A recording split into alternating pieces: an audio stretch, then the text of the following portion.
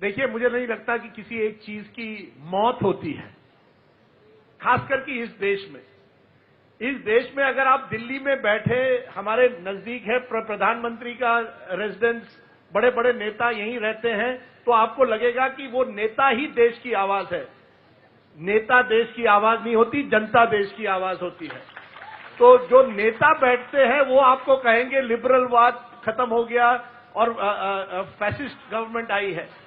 लेकिन मैं समझता हूं कि कहीं ना कहीं जनता इसका जवाब देगी।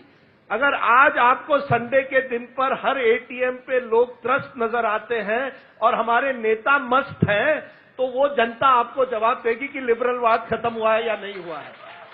ये आप जान लीजिए। ये हम लोग अपने एडिटोरियल पेज में या ये बातें करते हैं कि लिबरलवाद खत्म हुआ नहीं। 4 साल बाद अगर डेमोक्रेट्स अमेरिका में आते तो क्या कहेंगे? लिबरलवाद एक बार फिर आ गया। एक चुनाव में अरविंद केजरीवाल जीतते हैं तो आप कहते हैं एक नया चेहरा आया है, एक नई चेंज आई है। 2014 में नरेंद्र मोदी जीतते हैं, बड़ी बहुमत से जीतते हैं। 2015 में बिहार में बीजेपी को हार मिलती है।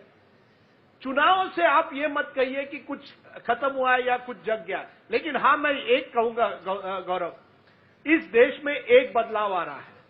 समाज बंट रहा है, और समाज जैसे बंट रहा है उससे मतभेद नहीं, दुश्मनी बढ़ रही है। हमें आपकी बात अच्छी नहीं लगी, आप देशद्रोह बन गए। ये क्या बात है? देशभक्ति का किसने ठेका लिया है? कौन होते हैं? नहीं, ये सबसे बड़ी बात है। इसमें लिबरलिज्म मत जोड़िए।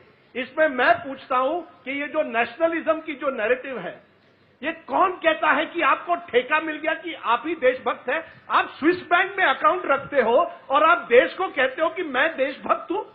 अरे कहां ये आपकी देशभक्ति है? आप पहले पारंपरिक अपनी पब्लिक लाइफ में रहिए, फिर हमें देशभक्ति की सबक सिखाइए। और ये मुझे लगता है फर्क आ गया है कि आपको हमारी अच्छी बात नहीं लगी, आप देशद्रोह बन गए। जेएनयू में हो या अब भी जो होता है, आप एक दूसरे में संवाद कहां है? हमें अगर आशुतोष की बात अच्छी नहीं लगी तो उसका मतलब नहीं कि आशुतोष देशद्रोही बन गया।